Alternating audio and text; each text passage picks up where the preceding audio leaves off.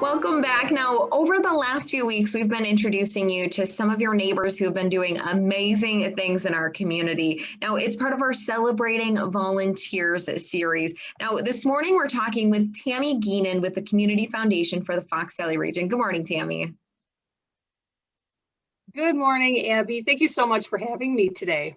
Of course. Now, we've been introducing people to some great community members, but can you tell us a little bit more about what Celebrating Volunteers is?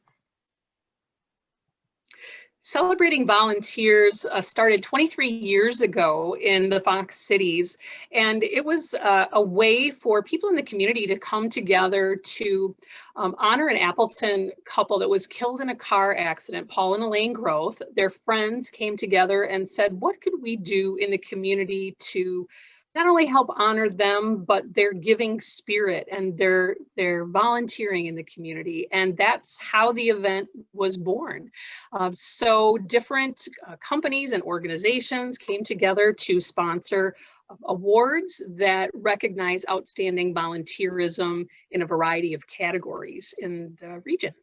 Awesome. So why is it so important to kind of share these stories right now? And we should mention too that it's not just individuals. Right. There are 6 different awards that are presented for volunteering, including a business partnership award. Individuals can be honored for lifetime or outstanding volunteerism. Mentoring, we have a youth award that's given to a high school senior. And these awards are really meant to lift up some of the stories of some very quiet but amazing work that happens in the community.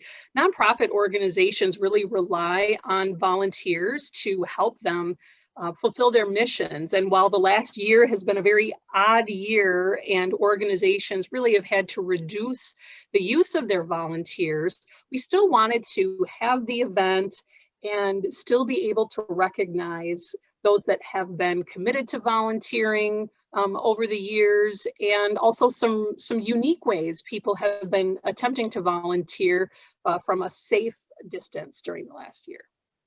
Now, you talk about it being an odd year, especially for volunteering, but you guys are looking for nominations right now for this year's awards. So what's your thoughts for someone who might not be feeling especially worthy because it's been so weird during the pandemic?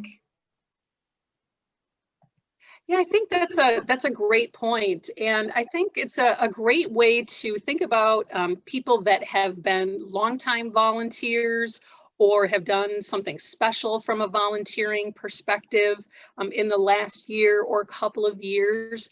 So I would say don't feel like, oh, well, because there really wasn't a lot of opportunities to volunteer and I don't feel like I should get an award. I think to look broader at volunteer history is a great way to honor someone for some outstanding work that they've done. And nominating someone really doesn't take too long, right?